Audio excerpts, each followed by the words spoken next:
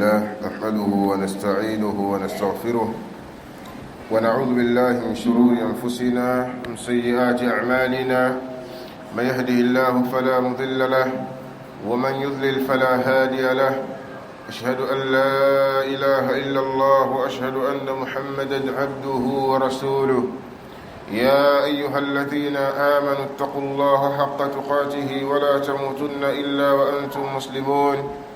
يا أيها الناس اتقوا ربكم الذي خلقكم من نفس واحدة وخلق منها زوجها وبث منهما رجالا كثيرا ونساء واتقوا الله الذي تساءلون به والأرحام إن الله كان عليكم رقيبا. يا أيها الذين آمنوا اتقوا الله وقولوا قولا سديدا يصلح لكم أعمالكم ويغفر لكم ذنوبكم ومن يطع الله ورسوله فقد فاز فوزا عظيما. أما بعد فإن أحسن الحديث كتاب الله وخير الهدي هدي محمد صلى الله عليه وسلم وشر الأمور محدثاتها فإن كل محدثة بدعة وكل بدعة ضلالة وكل ضلالة في النار. أعاذنا الله من النار. أيها الناس عباد الله، أولا أوصيكم ونفسي بتقوى الله عز وجل لأنه قد فاز المتقون كما قال الله تعالى إن للمتقين مفازا. Enyi watu waja wa Allah, jambo la kwanza ninawahusieni pamoja na kuhusia nafsi yangu katika jambo zima la kumcha Allah subhanahu wa ta'ala, kwa sababu kumcha yeye ndiyo msingi wa kufaulu hapa duniani na akhira, kama vile Allah subhanahu wa ta'ala alivyolithibitisha jambo hili katika aya mbalimbali ndani ya Qur'an, kueleza kuwa wale ambao watakaoshikamana na kumcha Allah subhanahu wa ta'ala ndio watakayefaulu. Na ndio maana Allah subhanahu wa ta'ala ametutaka tufanye maandalizi ya kukutana na yeye, na maandalizi hayo si mingine bali ni kumcha yeye Allah subhanahu wa ta'ala, kama vile Allah alivyosema watazawwadu fa inna khayra zadi taqwa. Andaye maandalizi yaliyo bora kati ya mtu na kukutana na Mola wake ni kumcha Allah subhanahu wa ta'ala. Wadhālika biittikhadhi ma yaqi sakhta Allahi wa adhabihi bimtithali awamirihi wa ijtinabi an-nawahi. Na jambo hilo ni kufanya yale ambayo yatakayokukinga wewe na kukuepusha wewe kutokana na adhabu ya Allah subhanahu wa ta'ala na makasiriko yake, kwa kutekeleza aliyokuamrisha Allah subhanahu wa ta'ala na kuepuka aliyokukataza Allah subhanahu wa ta'ala ala basira wa ilmu. Bimaana unapokuwa na ilmu ndio inakuongoza kulifahamu jambo ambalo alilokuamrisha Allah ukalitekeleza. Kadhalika ilmu ndio inayokuongoza wewe kulifahamu jambo ambalo Allah subhanahu wa ta'ala alilokukataza ukaliepuka. أيها الناس عباد الله، الرضا بقضاء الله وقدره عبادة عظيمة جليلة. kuridhia kutokana na kile ambacho alichokihukumu Allah subhanahu wa ta'ala, jambo hilo ni ibada kubwa. waridha sururul qalb, na kuridhia maana yake ni furaha ya moyo. bimurril qada'i, ni kwa uchungu wa kile ambacho kilichohukumiwa na Allah. Bimaana kilichohukumiwa ni kichungu, kinauma katika nafsi, lakini moyo wako unaburudika kutokana na umekiri na umethibitisha kuwa jambo hili alilonihukumia hili ni Allah subhanahu wa ta'ala. Kwa hiyo moyo unakuwa unapata furaha kutokana na kule kujua kwamba jambo hili hamna mwingine aliyenitahini isipokuwa ni Allah subhanahu wa ta'ala. Kwa hiyo kuridhia maana yake ni kufurahi kwa moyo kwa uchungu wa kile ambacho kilichohukumiwa na Allah subhanahu wa ta'ala. wartifa'ul jazai, na kuondosha kufadhaika fima qaddara Allah bihi, kutokana na kile ambacho Allah alichokukadiria. Yani usifadhaike. Kwa nini ufadhaike katika jambo ambalo Allah subhanahu wa ta'ala alilokukadiria ulipate? liilmi al-abdi, kwa kule kujua mtu anna kulla shay'in, kwamba kila kitu yajri bitaqdirihi wa mashiatihi, kinaenda kwa uamuzi wa Allah, kwamba Allah subhanahu wa ta'ala akitaka fulani limpate hili litampata, fulani limpate hili litampata. Kwa kikubwa kwako wewe kuridhika na hicho ambacho Allah subhanahu wa ta'ala atakachokihukumu kwako. wa kullama zada ilmu al-abdi billah, na kadri ya mtu anavyozidi kumfahamu Allah, akamjua Allah ni nani, zada ridahu anillah, pia kuridhika kwake na Allah kutazidi. Bimaana itakuwa yupo tihadi na kukubali kila ambacho Allah subhanahu wa ta'ala alichomhukumia. Wa kullama qalla ilmuhu, na kadri ya mtu anavyokuwa ni mchache kumjua Allah, qalla ridahu, pia atakule kuridhia kutokana na vile ambavyo anavyohukumiwa na Allah subhanahu wa ta'ala, kuridhia kwake kunakuwa ni kuchache, kwa sababu amjui Allah ni nani. Lakini lau angekuwa anamjua ukweli wa kumjua Allah ni nani, bimaana asingekuwa anakasirika na kufadhaika kutokana na yale ambayo Allah subhanahu wa ta'ala anayomhukumia kwayo.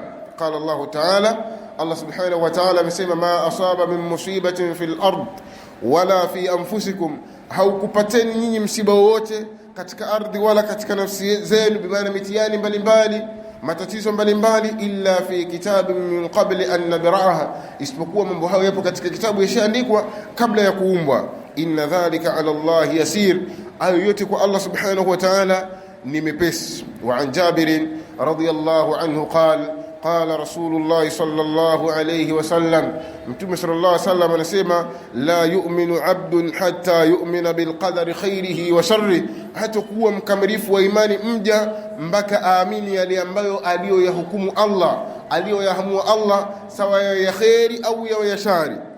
Hatta ya'lama anna ma asabahu lam yakun liyukhtiah, ili mtu ajue au mpaka mtu ajue kwamba lenye kumpata halikuwa lenye kumkosa.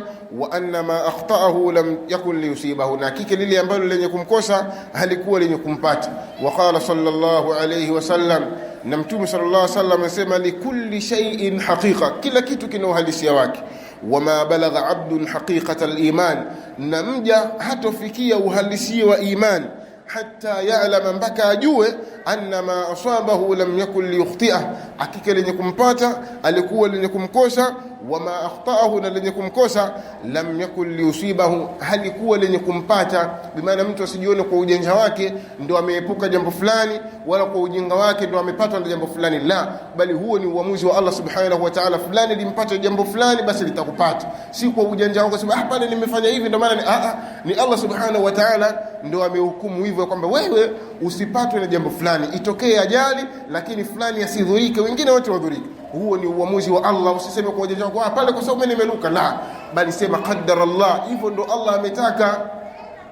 Bimaana si kwa ujanja wako, na wale wengine waliopatwa na huo mtihani si kwa ujinga wao, bali yote ni maamuzi ya Allah subhanahu wa ta'ala, akiwa na wataini waja wake achanganue muumini yupi, mkamilifu wa imani yupi, na ambaye si mkamilifu wa imani ni yupi. Kama vile Allah subhanahu wa ta'ala alivyoeleza ndani ya Qur'an, ahasiba an-nasu an yutraku an yaqulu amanna wa hum la yuftanun, Ifijie watu wanadhania watazungumza tu kuwa sisi ni waumini ile hali wasipewe mitihani.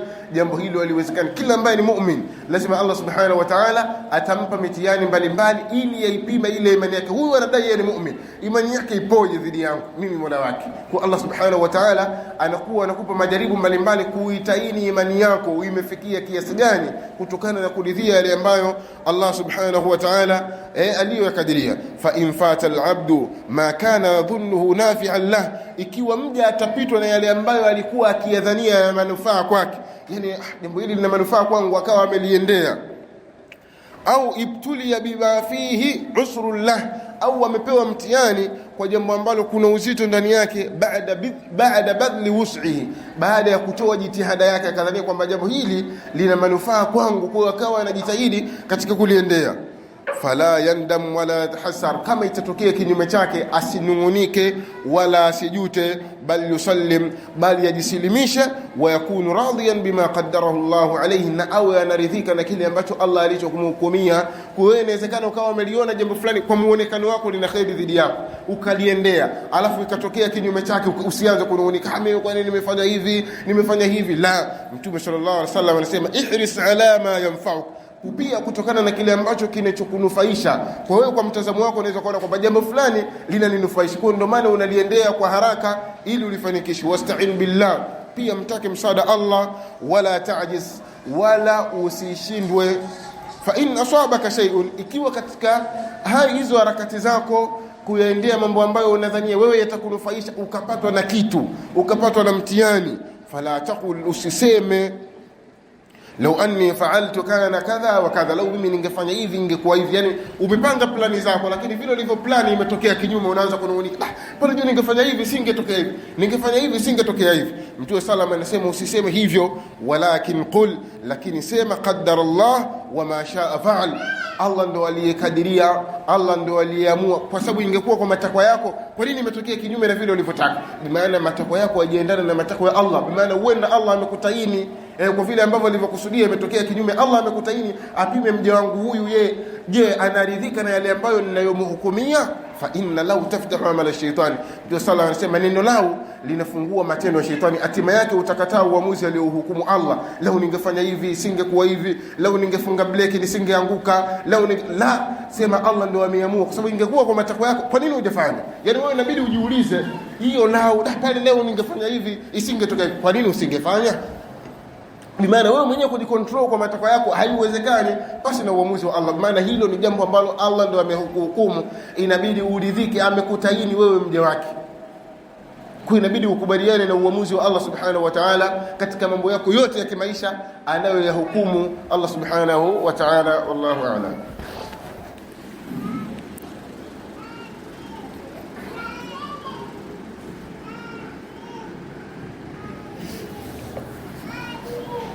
الحمد لله رب العالمين، والصلاة والسلام على رسول الله محمد صلى الله عليه وسلم.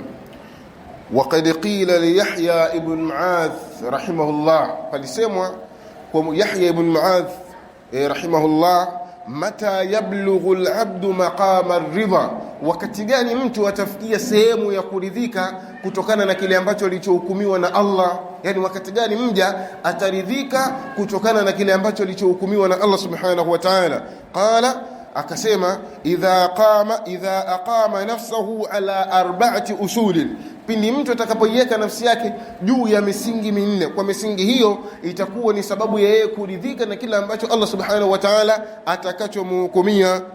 Fima yuamilu bihi rabba, fayaqul, anasema in a'taytani qabil, yani uko unasema akinipa mimi chochote atakachonipa Allah nitakubali. Wa in mana'tani radit, na ikiwa atanizuia kutokana na kulifikia jambo fulani kadhalika nitaridhia.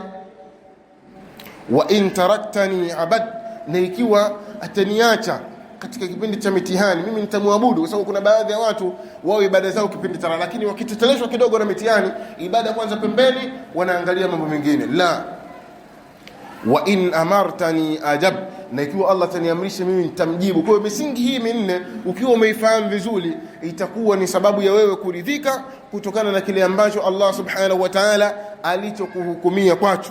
وكتب عمر بن الخطاب رضي الله عنه إلى أبي موسى رضي الله عنهما. عمر رضي الله عنه aliandika ujumbe kwenda kwa Abi Musa radhiyallahu anhu.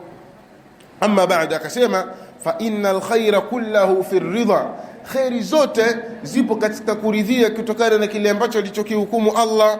Fa in istata'ta an tardi, ukiweza kuridhia, wa illa fasbir, kinyume na hivyo fanya subra, isubirishe nafsi yako. وقال ابن مسعود رضي الله عنه، pia ibn Mas'ud radhiyallahu anhu anasema al-yaqinu yaqini ya kweli alla turdiya an-nasa bi sakhtillah, usiwadidishe watu katika jambo la kumchukiza Allah. Yani wewe usikubali Allah subhanahu wa ta'ala kwa jambo hilo anachukia, alafu unawadidisha viumbe wenzako. La, ibn Mas'ud radhiyallahu anhu anasema yaqini ya kweli, usiwaridhishe watu katika jambo la kumkera Allah. Sasa kuna baadhi ya watu wanapopewa madaraka wanaiari waridhishe watu katika jambo ambalo linalomchukiza Allah subhanahu wa ta'ala. Hiyo sio katika yaqini. Bora watu wachukie, lakini Allah subhanahu wa ta'ala aridhie. Lakini usikubali kisa unapata tonge kwa hayo madaraka, kwa unaamua Allah kwanza umkere, alafu waridhishe wale ambao wanaokupa matongea. Au inawezekana muda wote Allah akawasambara. Yani mtu atafikia sehemu ya kuridhika kutokana na kile ambacho alichohukumiwa na Allah. Yani wakati gani mja ataridhika kutokana na kile ambacho alichohukumiwa na Allah subhanahu wa ta'ala? Qala, akasema idha aqama nafsahu ala arba'ati usul, pindi mtu atakapoiweka nafsi yake juu ya misingi minne, kwa misingi hiyo itakuwa ni sababu ya yeye kuridhika na kila ambacho Allah subhanahu wa ta'ala atakachomhukumia. Fima yuamilu bihi rabba, fayaqulu, anasema in a'taitani qabil, yani uko unasema akinipa mimi chochote atakachonipa Allah nitakubali. Wa in mana'tani radit, na ikiwa atanizuia kutokana na kulifikia jambo fulani kadhalika nitaridhia. Wa in taraktani abad, na ikiwa ataniacha katika kipindi cha mitihani mimi nitamwabudu, kwa sababu kuna baadhi ya watu wao ibada zao kipindi tara, lakini wakiteteleshwa kidogo na mitihani ibada kwanza pembeni, wanaangalia mambo mengine. La, wa in amartani ajab, na ikiwa Allah ataniamrisha mimi nitamjibu. Kwa hiyo misingi hii minne ukiwa umeifahamu vizuri, itakuwa ni sababu ya wewe kuridhika kutokana na kile ambacho Allah subhanahu wa ta'ala alichokuhukumia kwacho. وكتب عمر بن الخطاب رضي الله عنه إلى أبي موسى رضي الله عنهما. عمر رضي الله عنه aliandika ujumbe kwenda kwa Abi Musa radhiyallahu anhu. Amma ba'da, akasema fa innal khayra kullahu fi ridha, khairi zote zipo katika kuridhia kutokana na kile ambacho alichokihukumu Allah. Fa in istata'ta an tardi, ukiweza kuridhia, wa illa fasbir, kinyume na hivyo fanya subra, isubirishe nafsi yako. وقال ابن مسعود رضي الله عنه، pia ibn Mas'ud radhiyallahu anhu anasema al-yaqinu yaqini ya kweli alla turdiya an-nasa bi sakhtillah, usiwadidishe watu katika jambo la kumchukiza Allah. Yani wewe usikubali Allah subhanahu wa ta'ala kwa jambo hilo anachukia alafu unawadidisha viumbe wenzako. Na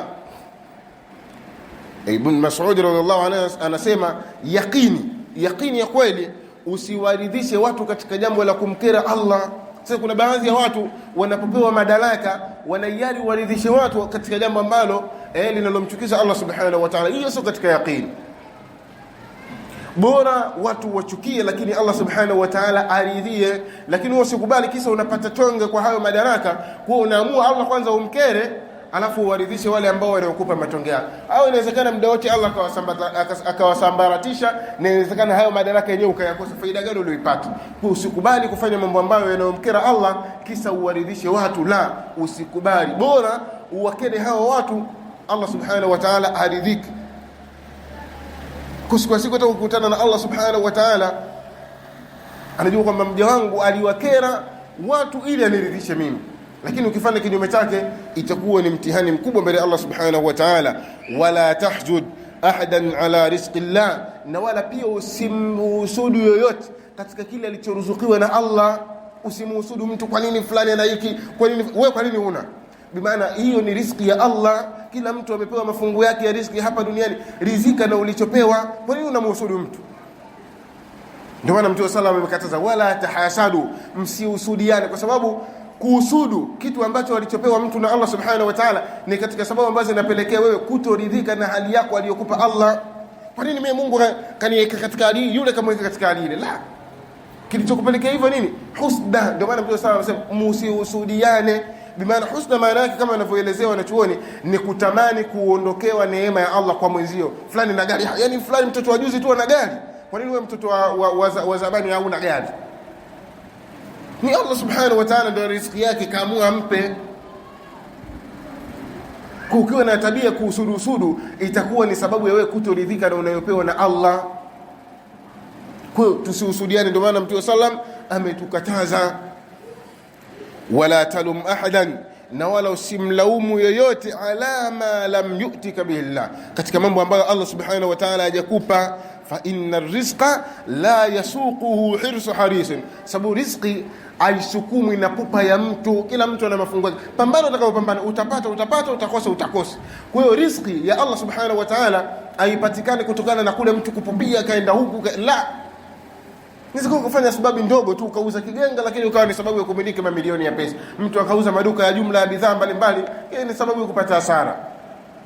Kwa hiyo riziki ya Allah subhanahu wa ta'ala haipatikani kutokana na jitihada za mtu, na wala haikosekani kutokana na uzembe wa mtu. La, kila mtu atajitahidi kadri ya uwezo wake na vile alivyokadiriwa apate ndio atapata. Kwa hizi jitihada zako zote unazoziona unazifanya hapa duniani, leo umepata, kesho umekosa, leo umepata faida, kesho umepata hasara, ndio ushapangiwa hivyo kwamba fulani maisha yake hapa duniani mpaka anaondoka ataishi hivi. Kwa usione unapata kutokana na ujinga kwa ujanja wako, wala kutokana na maarifa ulionayo kama alivyodai Qarun. Sababu Qarun yeye alidai ana mali kutokana na ilmu alionayo, inma utitu ala ilmin indi. Watu wanaambia toa mali zako wewe kwa ajili ya Allah, yeye anadai kwamba amepewa kutokana na ilmu alionayo, maana hao wengine wamenyimwa kinyume chake, bana hao wengine wamenyimwa kutokana na ujinga. Sasa hamna mtu ambaye anayepewa mali kutokana na kitu alichonacho, labda huyu fulani kisa na ilmu ndo, la, kisa ana maarifa, la, bali zote ni magao ya Allah subhanahu wa ta'ala, kwamba huyu atapata hiki, atapata hiki, atapata hiki. Sababu kama ilivyokuja katika hadithi ya Mtume sallam kueleza kwamba kila mmoja hapa kashagawiwa riziki yake, na hawataondoka mtu duniani mpaka riziki yake ikamilike. Kama alivyoeleza Mtume sallam, hamna yeyote atakayeondoka duniani mpaka riziki yake ikamilike. Kwa hizo unaziona unapata, leo umepata kidogo, leo umepata kikubwa, ndio riziki yako hiyo, na utaondoka duniani mpaka unahakikisha riziki yako yote ishaishi. Kwa kila ambaye anaondoka hapa duniani, ujue muda wake, mafungu yake ya riziki aliyopewa na Allah subhanahu wa ta'ala yashaisha ya hapa duniani, anaenda tena kuangalia ya mbele huko kutokana na yale ambayo aliyofanya hapa duniani. Ibn Mas'ud radhiyallahu anhu anaendelea kusema, wala yaruddahu karahatu karihin, na wala imrudishi yeye uchukiaji wa mwenye kuchukia. Fa inna Allah tabaraka wa taala biqisdihi wa ilmi, sababu Allah subhanahu wa taala kwa uadilifu wake na ilmu yake, wa hikmatihi na hikma yake, ja'ala ar-rawha wal faraha fil yaqin wal ridha, amejalia furaha katika yaqini na kuridhika kutokana na kile ambacho alichokuhukumu Allah. Yani ukiwa utaishi hivyo utaishi kiraha sana. Yani wewe ukasema bana, mimi lolote atakaloniamulia Mola wangu naridhika nalo, au utakufa na mawazo, au utafadhaika. Sababu gani? Mambo yako yote umemkabidhi Allah, bana hii hali nilionayo ndo Mungu wangu, Mola wangu ametaka hivi. Unaridhika. Leo umepata na hili, leo umepata na maradhi, kesho umepata, unaridhika. Na ukiishi hivyo hautopata shida. Lakini asilimia kubwa sisi, mtu anapata mitihani mbalimbali, yeye moja kwa moja anaenda kwenye imani za kishirikina, nimerogwa kadha na kadha, ndio maana tunaishi kishida. Lakini tungekuwa tunaishi kwa uamuzi wa Allah kwamba Allah ndio kaamua hivi, basi unaishi kwa burudani kabisa.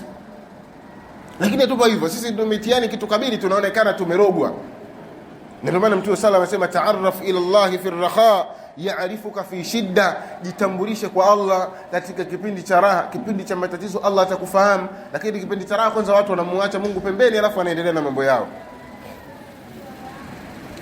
Al-ulama wanachuoni wakiwa wanaelezea baadhi ya sababu ambazo zitamfanya mtu aweze kuridhia kutokana na kile ambacho alichohukumiwa na Allah subhanahu wa ta'ala, sema al-imanul jazim wal yaqinus sadiq, ni ile imani ya kweli bi anna Allah ta'ala, kwamba Allah aliyetukuka kataba maqadira kulli shay, alishaandika makadirio ya kila kitu, wa anna kulla shay'in, na hakika kila kitu fi hadha al-kawn, katika ulimwengu huu, yasiru bi qada'i Allah wa qadari, kinaenda kwa uamuzi wa Allah. Yani ukiishi hivyo kwamba jambo, hamna jambo lolote litakalonipata wala litakalonikosa isipokuwa Allah ameamua, ukawa umeishi hivyo, basi itakuwa ni sababu kubwa ambayo itakayokusaidia wewe kuridhika na kile ambacho Allah subhanahu wa ta'ala alichokuhukumu. Sababu nyingine, ilmu al-abd, kujua mja bi anna ad-dunya mata'uha qalilun, mtu kujua kwamba starehe za dunia ni chache, wa anna ma ya'khudhuhu minha, na kwamba yale ambayo anayoyapata katika hii dunia, inma huwa balaghun ila hin, hiyo ni ukomo tu wa muda. Fala yafrahu bighinan, mtu asijigambe kutokana na utajiri alionao, wala yahzan li faqrin, na wala asihuzunike kutokana na ufakiri alionao, wala yaskhat li maradhin, na wala asichukie kutokana na maradhi alionao. Kwa nini mimi nimepewa maradhi ya stroke, siwezi kufanya chochote, najisaidia hapa? La, asinungunike. Wala yatadhaddar limusibatin au bala, na wala asilalamiki kutokana na mabalaa yanayomsibu. Fadawamul hali min almuhal, kudumu hali moja ni katika mambo ambayo yasiyowezekana. Allah subhanahu wa ta'ala hawezi kukuacha ukaishi hivyo milele. Inawezekana kama amekupa mtihani, iwe ni sababu ya kukuondosha hapa duniani akakuenjoishe huko akhira, kwa sababu raha ya maisha inaanza kaburini, kama anavyoeleza wanachuoni. Raha ya maisha ya mja yanaanza kaburini, lakini liman ataa Allah, kwa mwenye kumtii Allah. Kwa mwenye kumtii Allah, raha yake ya maisha kabisa inaanza kaburini. Hapa duniani hamna raha, hata kama utapewa dunia nzima uwe miliki, lakini hapa duniani hamna raha. Kuna matajiri kibao, mtu anakula chakula chake mkate tu, kaambia madaktari bwana, vyakula vingine wewe mwili wako hutaki, mkate tu. Hakuna faida gani na utajiri na mkate? Kwa hiyo hii inajulisha nini? Duniani hapa hakuna raha. Hata kama utapewa mali zote za dunia bwana, wewe asilimia kubwa ya dunia imiliki wewe, hutopata raha. Lakini raha inaanzia kaburini, kama vile wanavyoeleza wanachuoni, kwa mwenye kumtii Allah. Kuenjoy ndio kunaanza pale. Lakini hapo duniani hamna kuenjoy kabisa. Leo litakuja hili, kesho litakuja hili, matatizo hayaishi. Na hizi harakati zote ni Allah subhanahu wa ta'ala anatuchuja. Yani katika hii mitihani ya duniani, nani atafaulu? Yani tunasema hii ni interview. Allah subhanahu wa ta'ala anatutaini waja wake. Ndio maana leo huyu ndio maana kila mtu ana matatizo yake hapa duniani. Leo huyu ana hili, ana hili. Ndio wengine unaweza kujiona wewe una hali ngumu zaidi, lakini ukikutana na mwenzio akakusimulia, kwa mimi nina nafuu. Kwa hivyo hayo ndio maisha. Allah anatupima, anatuchuja hapa, nani atachujika, nani atagoma kuchujika. Kwa ukikubali kuchujika kutokana na yale ambayo Allah subhanahu wa ta'ala aliyokuhukumia, ndio utaenda kuenjoy huko. Hapa duniani hakuna raha. Fanya utakayofanya, pambana, jenga majumba, lakini duniani hakuna raha. Lakini huko peponi ndio kuna raha, kwa sababu huko unakipata unachokitaka, kama vile Allah alivyoeleza katika Qur'an, walakum fiha ma tashtahi anfusukum, mna nyinyi ndani ya pepo mnavovitaka kwa nafsi zenu. Hapa duniani kuna vingine unavitamani huvipati. Inawezekana ukawa na pesa, lakini unaitaka afya, utainunua. Laisa kullu ma yatamanna bihi almar'u yudrikuhu. Alhukama wanasema si kila anachokitamani mtu anakipata. Kuna vingine utavitolea macho, lakini peponi kila unachokitamani unakipata, kama vile Allah alivyoeleza, walakum fiha ma tashtahi, na nyinyi peponi kila ambacho mnachokitamani. Bima unataka kitu fulani unapata, kisha kwamba hapa duniani kuna vingine unavitamani au vipati, mpaka utakufa utaondoka hivyo hivyo uvipati. Sasa tujiandaeni na kukutana na Allah subhanahu wa ta'ala, kadhalika tuishi na kuridhika na yale ambayo Allah subhanahu wa ta'ala aliyotuhukumia hapa duniani. Kadhalika an yandhura almar'u ila man huwa dunahu, mtu atazame katika sababu ambazo zitampeleka, na hili katika sababu kubwa sana itakayokusaidia wewe uridhike kutokana na kile alichokupa Allah, kutazama aliye chini yako. Yaani usitazame ya matawi ya juu, fulani mbona na hiki la, usifike huko. Mtume sallallahu alaihi wasallam kwenye hadithi anasema, idha nadhara ahadukum, atakapomtazama mmoja wenu, ila man fuddila alayhi fil mal wal khalq, kumtazama yule ambaye aliyefadhilishwa katika mali na maumbile, fulani mzuri, ana mali, ana kadha, ukawa mtindo wako wewe kuangalia wale watu wa matawi ya juu. Falyanzur, Mtume sallallahu anasema, falyanzur ila man huwa asfala minhu, amtazame yule ambaye yupo chini. Kuna wengine wanaamka hawajui atakula nini, lakini wewe una uhakika hata kupata fungu la dagaa, wengine hata ile fungu la dagaa walipati. Kuangalia yule wa chini, mimman fudhila alayhi, katika aliyefadhilishwa, ndio utajiona kumbe mimi nina. Kukiangalia mtu maumbile, kuna vipofu, hebu jiangalie kipofu na wewe unajithaminisha kweli? Vipofu watoke wanaenda njiani na omba hawaoni mpaka waongozwe njia, wewe unajiongoza njia mwenyewe. Kwa hiyo hapa duniani ukiwa unaishi kwa kutazama wale walio chini yako, utaishi kwa raha sana. Lakini ukiangalia watu wa matawi ya juu fulani na hiki, hatima yake unausudu, alafu hatima yake unakuwa unakataa kutokana na kile ambacho alichokuhukumu Allah. Kwa hiyo tuishi hivi ndio tutafanikiwa. Lakini kinyume na hivyo itakuwa ni sababu kubwa ya kutoridhika na vile ambavyo atakavyotupa Allah subhanahu wa ta'ala hapa duniani. Allahumma aslih ahwalana wa ahwala jami'al muslimin. اللهم اصلح لنا ديننا الذي هو عصمة أمرنا، واصلح لنا آخرتنا التي إليها معيدنا، واصلح لنا دنيانا التي فيها معيشتنا. اللهم اجعل الحياة زيادة لنا من كل خير، واجعل الموت راحة لنا من كل شر. ربنا اتنا في الدنيا حسنة وفي الآخرة حسنة وقنا عذاب النار. صلى الله وسلم على نبينا محمد وعلى آله وصحبه وسلم. Jifunze kuongea Kiarabu Online TV, karibu.